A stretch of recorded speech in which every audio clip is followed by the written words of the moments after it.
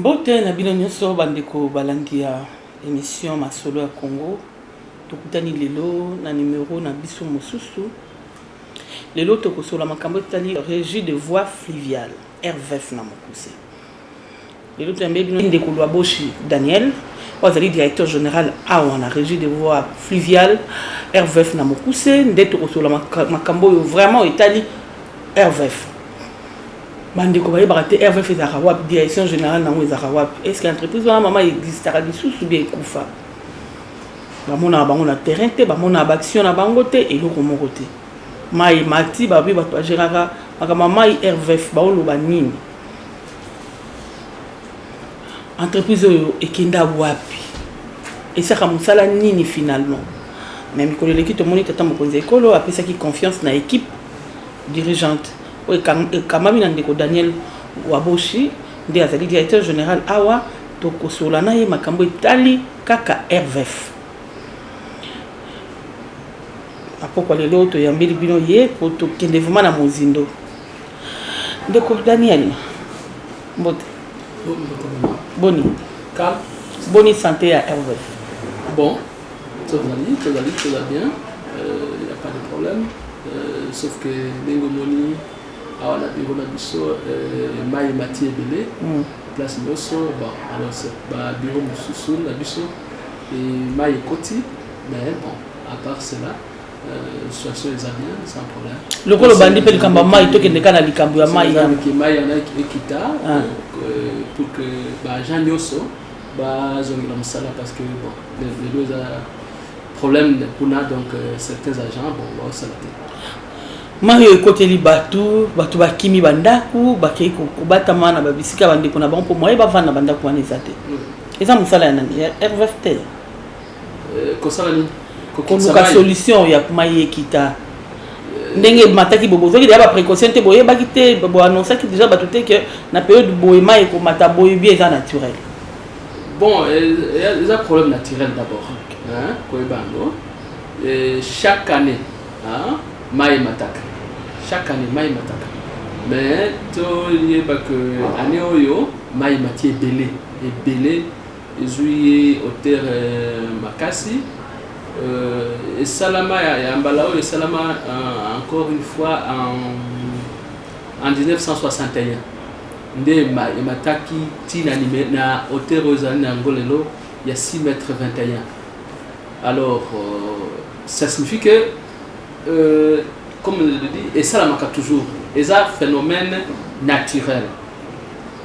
Mais biso na neti RVF to salinini déjà dans le mois de décembre Mama DGA to signa qui communiquer parce que tout le monde a qui déjà maïndenge mataki côté à Kisangani, côté à Mbandaka, to monaki ke tango koya awa et kozala ebele. Alors biso to salinini to komeli d'abord autorité na biso, ministre na biso, et puis to sali communiquer na ba radio, ba réseaux sociaux, donc la chaîne nationale. Il y a quoi que attention, n'est-ce pas moni maï komata, besoin de précaution parce que kokota na bandako yabato. Et puis tu sais l'État nabiso, il y a des précautions pour protéger la population. Donc dans le sens il y a quoi évacuer parce que c'est l'unique solution. Les autres solutions pour évacuer bateau bazali na lit à fleuve. Au maï kokote là pour leur protection. Wana nde solution to wana nde to salaki. Je nakanisi que yoza journaliste mnene na RTLC communiquer les cas qui na ba chaîne mususu communiquer les cas qui atteint na ba réseaux sociaux communiquer les cas qui pour bato bazwa ba précaution na bango. Quand to banya kambo maï. Oui. Déjà bon, c'est bato bazwa précaution. Oui. Mais Koloboni vous allez directeur général na RVF. Nous avons directeur général Banda le 31 juillet 2023, donc ça fait pratiquement 6 mois. 6 mois qu'il y a. Au quoi que c'est la mission na mon coup c'est état des lieux. Il y a RVF. Bon, état des lieux, on a coûté en toute vérité, tout coûté entreprise des difficulté. C'est un établissement. Et ça coûte na logo te moto akoyeba ki ala leka yeba ki RVF ezaka awa et le côté bâtiment salité même pas côté peinture te côtoyer ata eza nini bon ngape na mituna ki mituna wana ezaki nini qu'est-ce qui s'est passé na eba quitté hein bon mais bah ebisiga peut-être que selon l'information d'Azoui, c'est aussi notre sorte de politique de se cacher pour mieux vivre. Ok. Bon, malheureusement, moi en tant que jeune, autorité en qui le chef de l'État a fait confiance, et jeune, non, Bissotoza, équipe Nabisso, on n'est pas capable de se cacher. Okay. Donc, tout ça, ma casse pour entreprise, établissement Nabisso, et Bana, Soussou, Dengue to Ambibino, journaliste, Dengue tout ça, point de presse parfois na télévision, Dengue to ça, communiquer na radio, donc ndenge oleki oza na bureau ya RVF omoni libanda déjà misale bandi peinture ezali donc to bandi ko bongisa hein bien sûr avec le maigre moyen mais il y a un travail qui est fait dans ce sens donc voilà je vous dire que je peux savoir c'était quoi non l'état des lieux, vous avez trouvé donc au-delà au-delà bâtiment il est vrai que les gens ils sont mal payés ils sont mal payés vraiment leur salaire qu'on appelle prime c'est modique ils ont manqué par rapport à gens à l'état donc alors même en termes de conditions de travail soins de santé donc bref tout coûte entreprise par terre vraiment par terre déjà en difficulté alors on s'est dit peut-être que le chef de l'État a fait confiance pour te relever la situation Makambu hein total là ninga kosala ko mata ba agent pe ba futama malamu net ba agent mususu ba sala na condition normale net ba agent mususu ba comme on a retraite en normal donc est-ce comme ça hein un peu l'image il y a l'établissement voilà.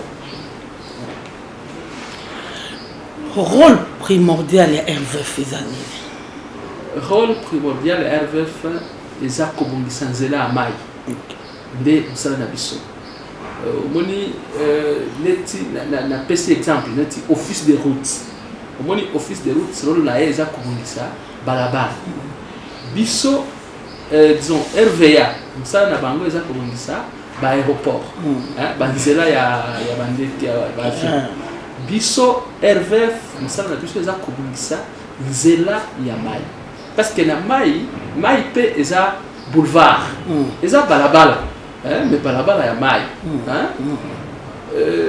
soko nani na otali na République démocratique du Congo na biso toza na 25 000 km ya route ya mai nzela ya mai oyo eza navigable oyo bato bakoki koleka parce que ndenge Nzambe asali mai eza ba place mususu comme watanga na classe eza ba shit place oyo eza ba shit balekaka te mais place oyo pas ba place mususu mai eza stable donc sans il y a shit eza te balekaka neti lelo donc somo moni ozui nani la grande route ya mai yoto za na yango eza boulevard ekitaka awa na Kisasa ti Kisangani 1734 km.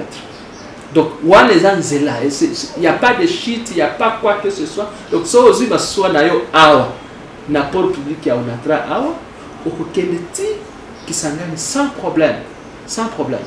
Alors mais nzela wana yango ata ezama ata nzambe asali yango mai, mais il y a des travaux qu'il faut faire. Il faut que vous yango parce que moni d'abord zélo changeaka destination selon la tempête. Au-delà de cela, bah moni fleuve na ba rivière nyoso eleki na ba forêt belé ba arbre katamaka et kanizela. Au-delà de cela, il y a ba place sous il y a des pierres, c'est un peu très dangereux. Alors musala na biso eza kobongisa nzela wana kobongisa eza kubanini tokoki ko changer destination à zéro te oza musala na biso te mais biso to trasaka balani balabala. Donc toza na ba appareil spécialisé, toza na ba bateau spécialisé oyo tosalaka chaque année tosalaka o balobaka en français album de navigation.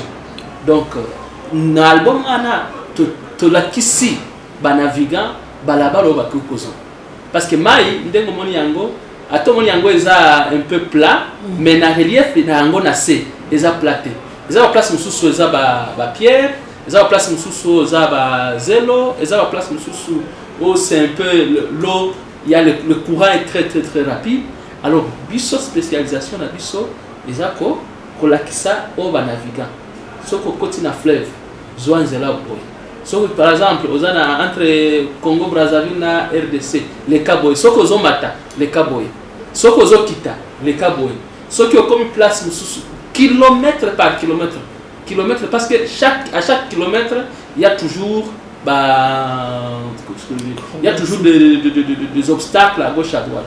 Alors, tu as signaux. Donc navigant au batanga pour faire voyager masua aebi ce qui a le camoni par exemple signal tel ya boy aebi ke ba singa boy amoni signal ya boy aebi ke ba singa boy to tiaka ba signal place au za ba danger parce que les aba masua nani ebele yango pe ezinda na mai o masua ana soko leki liboso peut-être okoki ko tutango masua na yo pe ezindi. Alors c'est ce que ça va masua to lekisi to tiba signalisation boué to so capitaine so kazo mata moni boué déjà évité to bisie boy peut-être si non le cas na 50 mètres vers le gauche et au le cas na 50 mètres vers le droite au ko isawa kende malamu. Donc ne prenez pas un peu trop de vitesse wana musala na biso eza et to sala kango na nzela nyos. Donc kobandela awa na Kinshasa ti Kisangani tokomi Mbandaka tokomi Bandundu Bandundu tokomi ti Ilebo eza Kisasa te ata na lac soko komi na lac na biso lac Kivu lac Tanganyika toza kuna pe parce que na lac nango pe eza na relief. Alors il faut que ça eza ba libulo et mati déjà na kati ya mai a vu comme ça okomona ngote et mibomi na kati ya mai mais biso ndenge toza na ba appareil spécialisé to la kisi ba tu ya masuwa non soko ke ozokende par exemple tel coin les câbles parce que soko le kiboye oko tout libulu wana soko tout libulu bato na koyinga. Donc wana nde mosala principal na biso au l'état congolais a apesi biso to sala jour et nuit et to sala kayango. RVF ezali représenté na combien de provinces? Lelo toza na 9 provinces. Toza na 9 provinces donc awa na Kisasa, toza na Tanganyika donc Kalemi. On a Nord Kivu, toza na Sud Kivu, toza na Kisangani, toza na Mbandaka, toza na Bandundu, toza ti Sankuru. Na port ya Ilebo.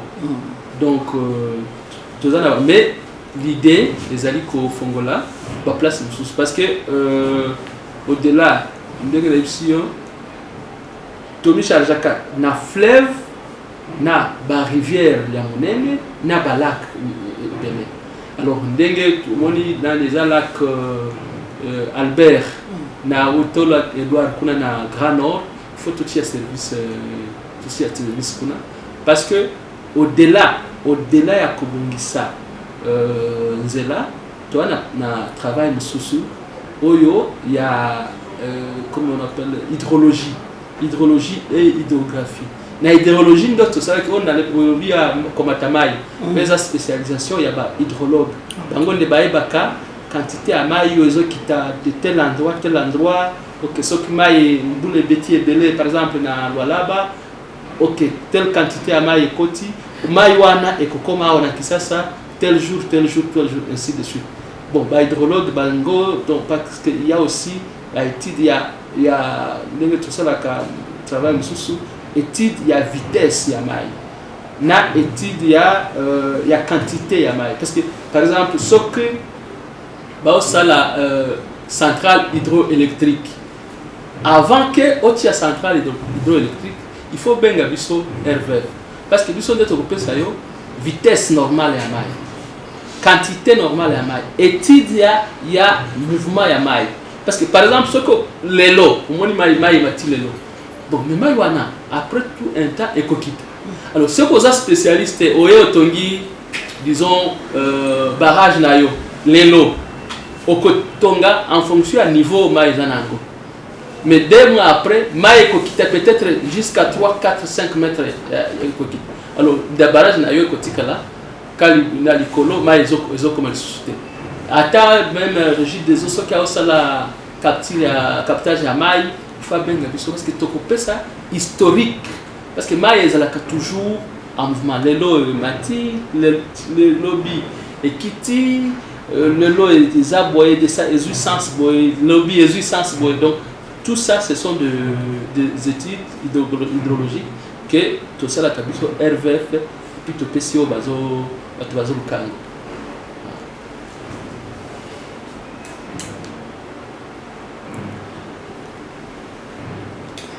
Bon, ça, le balisage a pris combien de temps? En principe, bon, selon année luminétrique, bon, c'est un peu technique. Oui, expliquez le genre. Selon l'année, il y a une année, nous on dit Mboula, hein? Mboula, une année luminétrique. Ça signifie que il y a la période où il y a le balisage, il y a la période où il y a la balisage en principe basa la kango pendant la période d'étiage donc au période maïkiti parce que sur maïkiti ba obstacle comme yebele ba donc moni so ba sala ka tant sala ba bateau hein aona na kisasa eza niveau moko ba sur le plan technique ba biso bateau na yo par exemple ekoki kozwa soki kiti na dimension ezo kitana mai il faut les 3 mètres de profondeur parce que ce climat il y a fleuve Kiti donc pendant la grande saison sèche de juillet août wana et kitaka itikali 3 mètres ou disons 4 alors so sali bateau na yo babisi yo no profondeur na mai ce que nous appelons tirant d'eau les 3 mètres ce que les 3 mètres pendant la période de tirage yo ko voyager parce que tout à zéro alors biso to sala campagne ya balisage na période wana parce que na période wana ndenge mai kititi ebele non seulement zelo et comme déjà blocage ba libulu na kati ya mai et comme blocage ba bateau ezinda ki yango pe et comme blocage donc c'est cette période là disons neti fleuve Congo c'est entre le 15 janvier et le 15 mars ou alors le 30 juin et le 30 août. Pendant cette période-là, au Kokikosala, balisage. Parce que Maïkiti. Les autres périodes, au Kokikosala, au Tokobengangote, balisage, ça entretien, il y a des signaux qui parce que les signaux Mosusu, et ça, les signaux des signaux de rive. Signaux de rive, tu as Kango, hein, Pembeni, Namit. Mais ce que tu as en place, peut-être l'arbre peut se couper, donc signaux est bungi. peut-être les herbes peuvent monter et ça avale un peu la signalisation. Au bayaka na ba soko côté au monde au bayaka na ba disons ba boué totia na kati ya fleuve na kati ya mai bato bayaka parfois na ba gris marado ba na miti à importer en Europe. Souvent ba gris moana elongola ka ba boué wana ba signalisation ata ce côté ali en face de chez na port onatra totia ki signalisation liminée et ba pêcheur longola kango. Alors, ce qui signifie que pendant cette période-là, au dosa la balisage, dosa la entretien, il y a des signaux oyo tout. Donc, tout au long du fleuve, tout au long de la rivière, beaucoup plus fleuve Congo, rivière Kassai, c'est là où on travaille un peu trop. Et donc, pendant cette période-là, dosa la entretien wana total, ce qui signale les lungwa qui est ce qui va venir ça qui ango. Parce que notre grande menace par rapport à la signalisation, à la signaux pour indiquer les capitaines, ce sont les bateaux ya mboka au babenga ka communément ce communé la télévision babenga ka bango ba éclaireur au ba éclaireur ka masua. Alors souvent bango ba ebike soki signalisation ezali na balabala ya mai ba kozomsala te. Parce que le capitaine Ouatanga, n'importe quel capitaine Ouatanga, à la école de navigation, il suffit à mon signalisation, à Ebi déjà. Tu as ici un zéla, Ebi zéla, Banda, qui ça ti, qui s'engage ou ti il est beau. Alors Bango, parce que souvent ce sont des gens qui sont au village à gauche à droite, ça la qualité, signalisation à Longoli Yango. Parce que ce qui est à Longoli Yango, ça signifie que le capitaine a commis un village, il faut pas le cahier. À la Kissa. Ala kisanzela. Alors cette signalisation est ali bakuluka elle sous-sauté à cause de bon côté. Alors le bango c'est une menace pour notre travail, mais bon OK, je crois que les hommes ça là comme ça là peut-être que bazola na pebiso bon que ça bango bon ça base na un esprit patriote pour parce que ça na bango c'est bon, c'est très bien mais c'est mettre la vie des citoyens en danger parce que lorsque vous enlevez la signalisation, la route devient muette et globalisée et il y a une source d'accident extrême. Oui, puis que l'entreprise n'a pas plus entreprise, il y a technique. Technique. Mais quand balisage, tu connais est-ce que vous avez un bateau à balisage? Tout ça, un bateau à balisage. Kita aux autres, tout ça, on a bien là. Kita, on a à peu près 4 bateaux de balisage qui sont en mouvement. On a 6 canaux hydrauliques qui sont en mouvement. Donc, matériel, tout ça, c'est vrai que ce n'est pas suffisant. C'est vrai que ce n'est pas suffisant. Parce que, au moins, en principe, il fallait tirer les rivières, donc tout ça, on va dragter. Bon, peut-être que Zambia Kosunga va couper sa bisso, l'État n'a bisso. Tout ça, on va dragter, tout ça, on va barge à débléter. Bon, nos bateaux aussi ne sont pas encore très modernes. Donc, ça les allie. Mais pour l'instant, tout ça, on a bateau balisé à ça, ça on a bisso. Mais comme il faut se performer chaque jour, donc il faut des bateaux maintenant neufs et adaptés à la nouvelle technologie aussi. Le cadre de la consommation, il y a lubrifiant, c'est une spécialité. Bon, et comme je l'ai dit, il faut la drague, il faut la barge à déblé. Bon, les gens, bilan comme ça, mais pour l'instant, bon, on continue avec ça. Niveau et à la technicien. Niveau à technicien, non, c'est un niveau élevé. Parce que les techniciens au balisage, ce sont des personnes qui ont été formées. Tout ça, dans l'école de la navigation, on a ça, c'est dirigé par l'ONATRA. Et nous, on a Hervé Poto Zoyonetti, capitaine, Yamaso, bien tel au Kosa Namasua, il faut pour le canal école de la navigation. Ça, la formation, après formation de Tozuyo. Donc, niveau est ali, mais comme je l'ai dit, et j'insiste, la grande ignorance, c'est de croire qu'il y a Bignos. C'est impossible. Le monde évolue aujourd'hui. Donc il y a toujours cette utilité niveau Bassala toujours. Ataza a déjà formé. Asala toujours formation pour s'adapter à la nouvelle technologie. Banda beaucoup mieux. Déjà au Tindi, on a ma formation. Ou bien on a un projet. C'est un projet. Déjà on a mois de novembre, on a na France, na école européenne de formation maritime. On a signé partenariat. Il y a formation. Bango, parce qu'ils sont des grands formateurs européens, Bandimi, bon, quelques techniciens vont former Bango, 5 ou 6, et après formation en Europe, là on est à Lille, en France, Bakozonga, et puis Bango peut la formation, na ya ba agent na biso, et puis ya ba agent mususu baza ya ba armateur mususu baza na bateau, ba former Bango sur la nouvelle technologie de la navigation.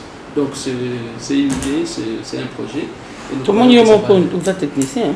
Non, on a un technicien, on a un juriste, on a un avocat, on a un bon, écoutez, chef de l'État a Pessinga Moussala, a Salinga confiance.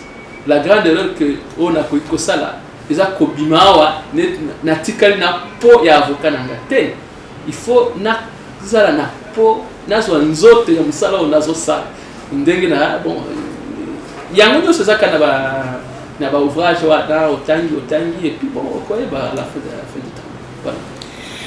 Maman likamba poko lelo ezali kama bajan na yo. Bajan na batana condition ba travailler dans condition très difficile. Bâtiment na malonga te, salaire malonga te, prime zalaka te. Donc bazo lela. Projet ni noza nango pona bajan na yo. Bon, projet na zanango ndenge na lobaki, il faut améliorer les conditions de vie des agents. Une société appartenant à l'État congolais.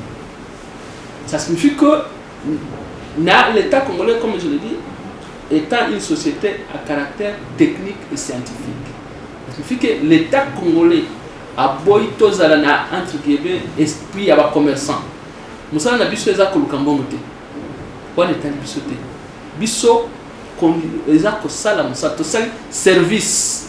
Donc quand ndenge to lobaki ya to bandi ko bongisa nzela mai. Bato tozo bongisa nzela ya mai. En principe nous ne sommes pas autorisés pour dire oh non ndenge to bongisi boye yo pesa boyete. Bana ba taxe ba futa raté. Bana taxe eza taxe trimestrielle. Ba futaka 4 fois par an seulement. Alors pour tout bongisa condition de vie ya ba agent abisso, nous n'avons qu'un seul père ou un seul partenaire, les l'État congolais.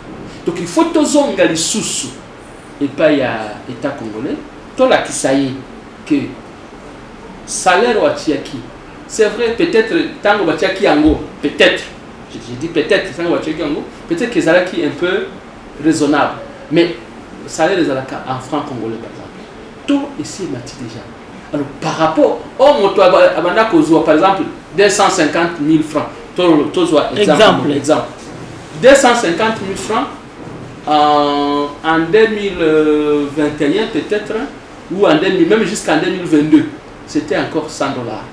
Mais le lot 250 000 francs, et copie 100 $.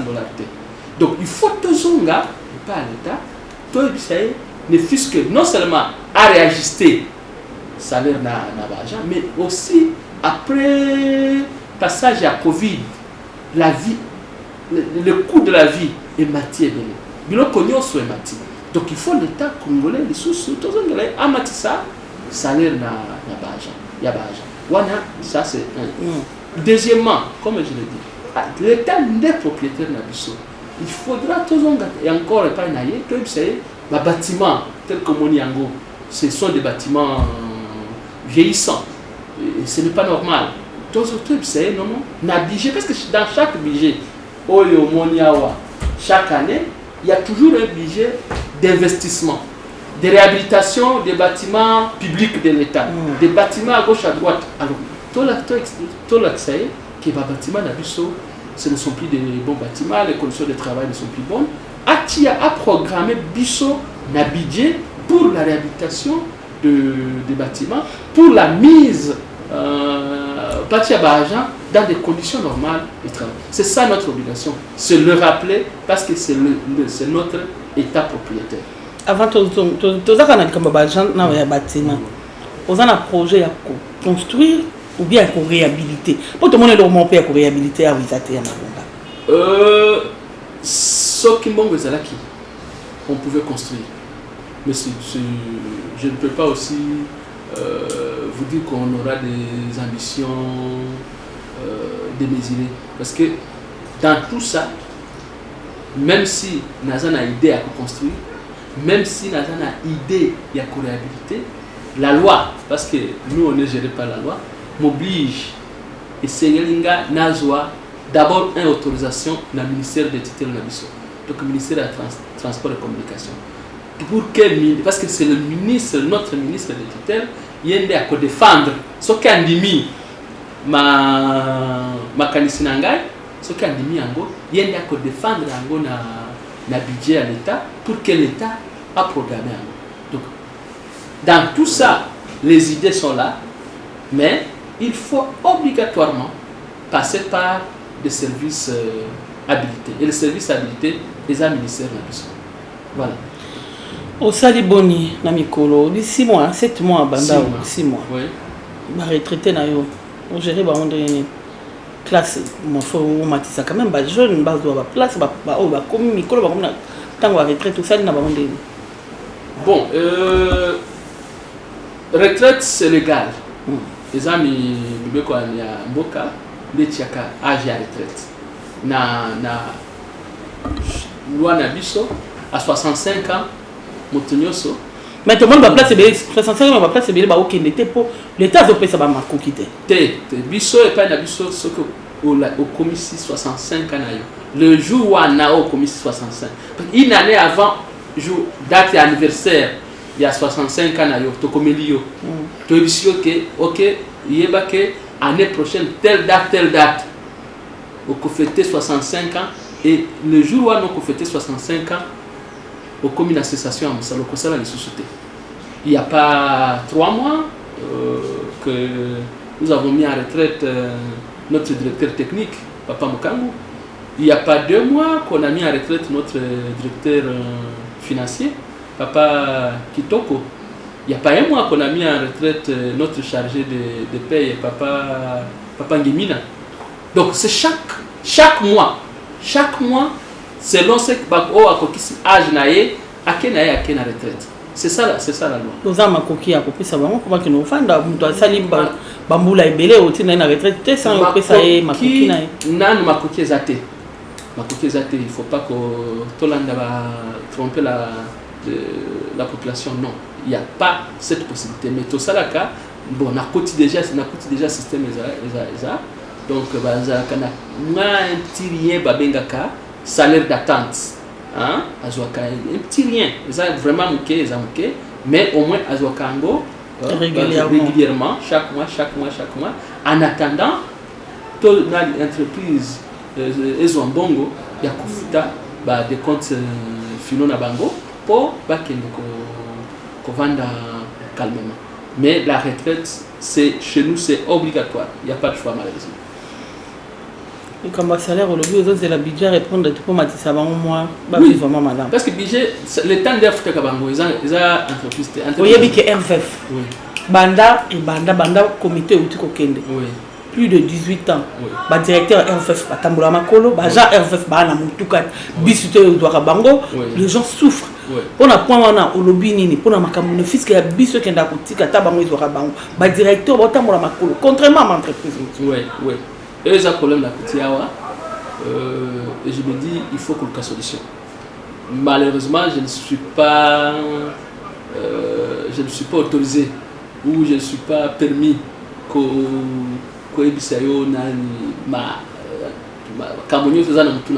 je préfère dès que la concret pour ne pas rester dans des promesses na benga ou lisusu na ebisa na la kisayo na biso bon olobaki makambo ya bus ndeo makambo par exemple à mituka ba directeur mituka ndeo comme ça me permet de fonctionner, de travailler quand même, mais c'est pas normal. Moi-même situation on a déjà fait des démarches, il y a des démarches en cours, ok, mais toti yango kanyoso na maboko ya Nzambe, ce que Nzambe asungi, on va répondre à cela parce que je suis pas aussi d'accord avec ce système là, mais bon, na kobenga olisusu comme ça au filmer les autres comme un système informatique. Oui. Un bureau et comme plus dans l'informatique, on va là. Oui. On va na bureau na yo mais on se lande la kambajan na yo bazo sala ba taxe wana neni bazo percevoir bon. Mais ba bureau na ya bajan na yo ata ordinateur moko ezati. Ata machine moko ezati. Bazo ko travailler na ba conditions c'est comme si to bazo ngisi biso 60 ans en arrière. On se lo ba nini pour na ko informatiser entreprise na yo.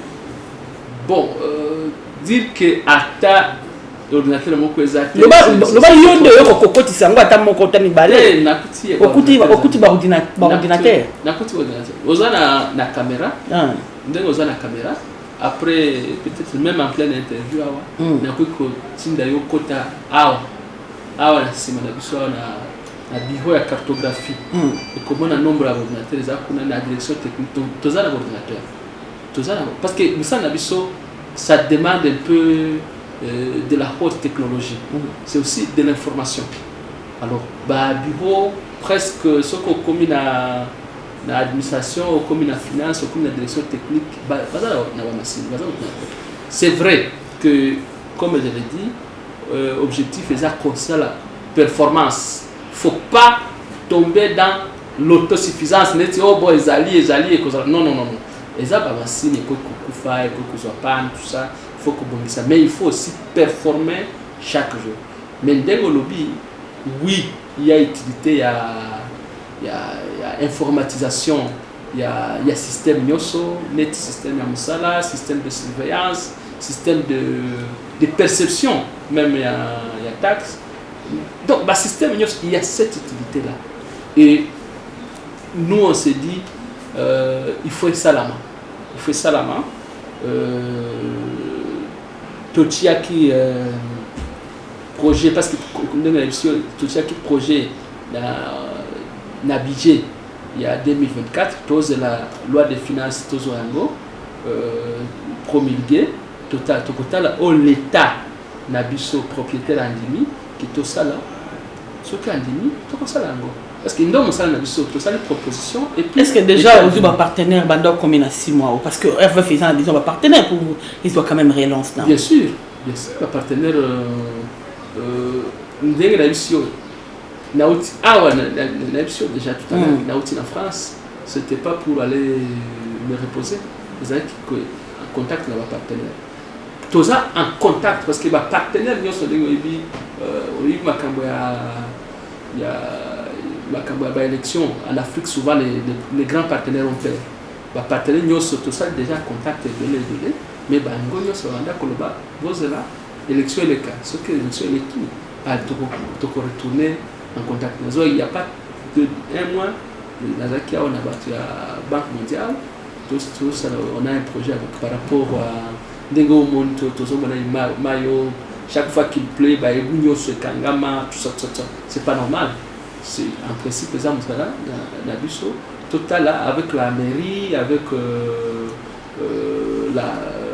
le gouverneur de la ville province total là Ndengako comment après ce qui boule et Betty mais ce qu'on a dirigé toujours vers le fleuve au système il y a au bamoutage au tozomona comme un aéroport il faut transpirer tout ça alors qu'on a un boulevard ici il y a maille pourquoi ne pas réfléchir bon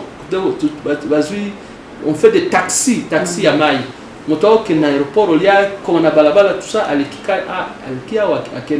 c'est tout à fait normal.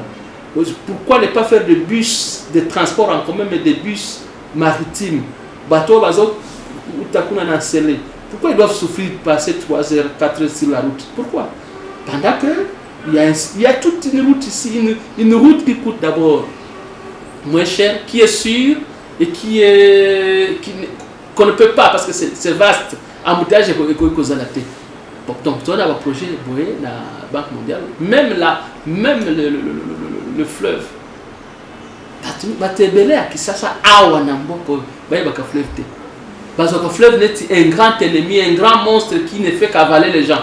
Alors que c'est une richesse sous d'autres cieux. Avoir un fleuve comme ça à côté de Binomi, ça c'est une richesse extrême. Une richesse extrême, que ce soit sur le plan touristique, que ce soit sur le plan repos, que ce soit sur le plan divertissement. Mais combien déjà samedi, ils n'ont même pas de beach où ils peuvent rester pieds dans le sable. Alors, regardez ailleurs sous d'autres cieux. Le fleuve, c'est une bénédiction extrême. Mais bisognoso, le fleuve n'est pas ça. Ils ont place au babou kaka salité, aux ana toilette na yo fungoli ke na fleuve, aux ana saleté nyoso ya ndako ale obaki na fleuve, aux ana et loko nyoso qui ne vous fait pas plaisir, ndé loko ya kutia na fleuve. Tu vois, c'est ce qui n'est pas normal. Donc il faut toi na projet, peut-être que nzamba kosunga toi la kisato, toi bisa mwana kisasa, la femme, le père, l'enfant, que les fleuves, ce n'est pas un dépotoir. Les fleuves, c'est un endroit de divertissement. Alors, bon, ça ne peut pas se réaliser avec la RVF. Il y a beaucoup de partenaires qui sont sur ce projet. Donc, le projet est allé. Les partenaires, on a tourné l'émission, tous en contact avec Bango, mais en tout cas, la réponse était presque unique. Tous là, élection et le cas, pré-élection. Donc, on va là, c'est ma cabine l'autre. C'est l'élection comme la publication définitive et constitutionnelle pour l'investiture à président de la République. Bon, la canis qui court école de volonté à peuple à lobby, alors télévision peuple lobby, donc je crois qu'il n'y aura pas de problème. Nous avons la foi. Télévision dans le Kamangonga, tu vas nous pousser à malin. Tu as une perspective par rapport à l'entreprise, on a déjà 6 mois. Oui. Pour réaliser déjà Nini, pour avoir une perspective, déjà réaliser Nini. On a réalisé, d'abord, c'est redonner l'image. Redorer l'image, il y a RVF. Ça c'est un.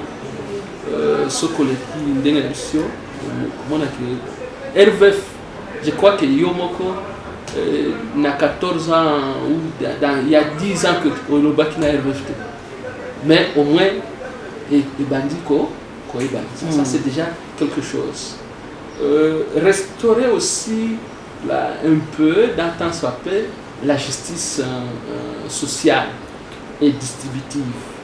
Toyawa, Tokuti, même pas à la rentrée scolaire, même pas un franc. La fin de l'année. Moi, effort, un petit effort, tu vas jouer, participation à la rentrée scolaire. Toye, Tokuti, système, par exemple, à la fin de l'année, n'a pas vivre à la fin de l'année.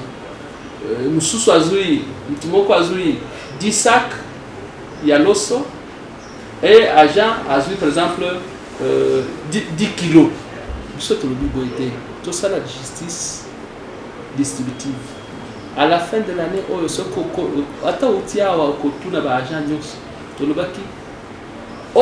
déjà kozo des agents yasuka yepiakozo et distribution kosalama butute kosalama kawa na moi batonyoso bamoni déjà ye petite soki bapesi sac moko ya loso bango yepe agent yepe azui sac moko ya loso. C'est déjà quelque chose. Na ba cas sociaux et belé parce que tout ça que na ba malades c'est comme si ça la raté. Non mais en tout cas ce que tuniawa ba ko bisayo banda tozawa sauf les cas donc cas de décès, cas de maladie, c'est automatique. Le peu qu'on a, on essaie un peu de donner de partir parce que c'est la loi, c'est la convention collective de l'Obibori. On essaie un peu de donner pour assister les gens qui a perdu, soit qui est parti, soit qui a perdu un membre de sa famille conformément à la loi. Malade et ainsi de suite. On essaie Donc on essaie un peu de faire avec le maigre moyen, on essaie de faire ce qu'on peut pour redorer l'image, surtout redonner la joie de vivre à nos agents qui souffrent un peu trop. Voilà. Un mot, il y a perspective d'avenir. Et donc, au niveau de ça, en janvier, il y a les 9 de tourner émission. Oui. Boula Mobimbe Ali. Vous avez compté ça l'année. Comme nous avons avant, chef de l'État, félicitations, il y a deux biens. Bon, ndenge tolobaki na tant tobandaki d'abord notre grand projet c'est ndenge mai matito tobaki. Ça signifie que balabala basé sur changer de destination. Il faut que ça tout ça la balisage donc beaucoup plus sur le fleuve Congo, donc Komatati, Kisangani, et même sur la rivière Kassai, pourquoi pas sur certaines rivières telles que Rukibusira dans le grand Équateur et le grand Bandundu. Donc ça, c'est un travail que nous devons faire cette année. Ça c'est un. Deuxièmement, nous pensons, comme je l'ai dit, peut-être que ce que nous avons assoli, tous les partenaires qui peuvent nous aider, ce qui améliorer la condition de vie à agent, conditions de travail également. Il y a agent, peut-être améliorer les soins de santé également pour les agents. Améliorer la formation technique, il y a agents, ceux qui iront en formation. Élargir également le travail de la RVF, parce que c'est vrai que tu as un objet principal, mais au-delà il y a un objet principal, on a déjà un objet sous que ce soit dans le cadre de l'hydrologie, de l'hydrographie, de la protection de la faune aquatique, de la végétation aquatique, de la protection des lits des rivières. Donc il y a tout ce travail que nous devons faire, c'est élargir cela et ne pas être focalisé à ne fût qu'un seul objet. Émission est émission liboso to sali banda ozi bokonzi na kozala ya sukate to kubantokoya to moni ndenge bandi déjà kosala misala to moni ba peinture ekoti batu baye ba quand même que Hervé Fezara c'est bali bazo bino awa karata oui direction générale awa place direction générale awa na avenue Poilou donc référence au batu baye ba référence arrêt Apollo de référence, mais déjà ce que qui a dans une semaine cause la référence il y a tel non comment on a écrit déjà parce que nous avons langue alors tu as écrit pour motonyo soit aux awa aïbaki à l'équipe déjà na bureau direction générale il y a ndeko loi boshi Daniel to komi na suka ebi ke to tiko l'examen pour nami ba élection tata mokonzi ekolo Félix Antoine Tshisekedi Tshilombo azala ki kaka après se présenter qui na ibonga na ye sa propre succession de bata français baloba Seni est proclamé qui est vainqueur 73,34 ah wa to zela de 12 cours constitutionnel est confirmé pour ça la prestation en serment naïf il y a bateau il y a Nzambe la félicitation naïf na ba meilleur vœu na tata mokonzi ekolo to bani na ma félicitation à propos ici meilleur vœu na tata mokonzi ekolo na premier ministre na haute tutelle na ba agent naïf. Merci pour l'occasion Anna. Pour la puissance RVF, tous ces pays d'abord, tous ces pays bénis parce que Tata Yamboka, population épaissée de sous deuxième mandat, épaissée deuxième mandat.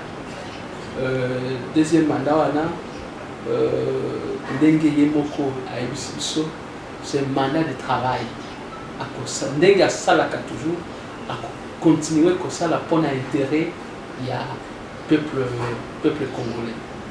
Donc na kombo na ngamoko en tant que directeur général, na kombo ya président ya conseil d'administration na administrateur nyoso, na kombo ya baja nyoso ya RVF to féliciter. En tout cas, to lobi ke Nzambe asungaye apesaye ba force nyonso physique, morale, spirituelle pour abongisa mboka na biso. Toi besoin ya développement, la vision na ye eza développement ya mboka na biso. Tokoma na niveau moko hein neti ba tel que vision na ye lobi hein a komisa biso na azana mission na eza ko développer le peuple congolais, ko lakisa bango une bonne gouvernance, ko lakisa bango comment un pays doit être dirigé, comment ça se construit. Alors tout c'est vraiment tout petit félicitations et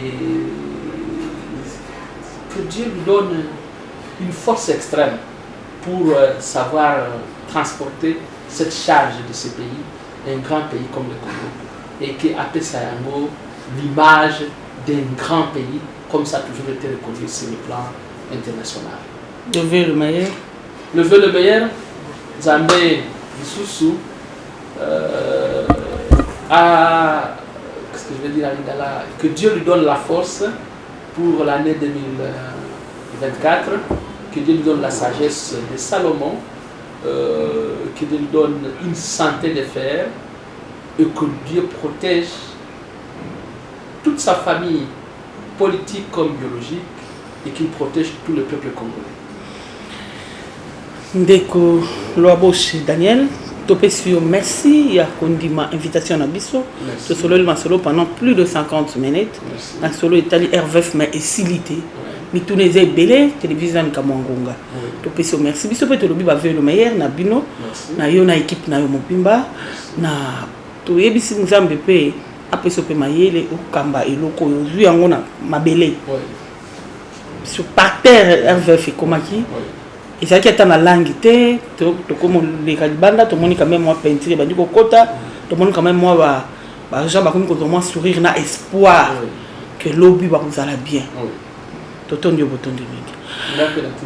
Émission de l'heure spéciale, Toton dit n'a pas si bah veut le meilleur dans le directeur général il y a groupe La Transparence Ndeko Junior Béa, na famille Mobimba bébé Jason, na madame veut le meilleur également, na famille Muto Atika Ngate accompagné Anga Boutumoi, réalisateur Nanga Ndeko Yuyu Kinyambi na Bota Mobimba.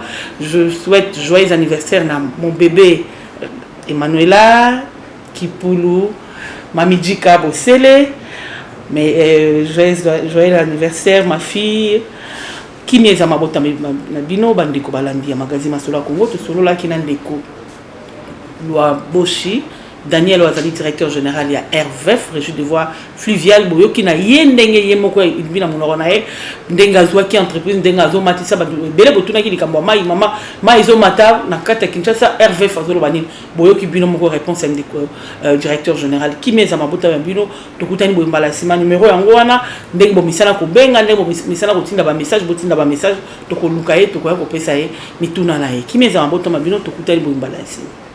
Merci.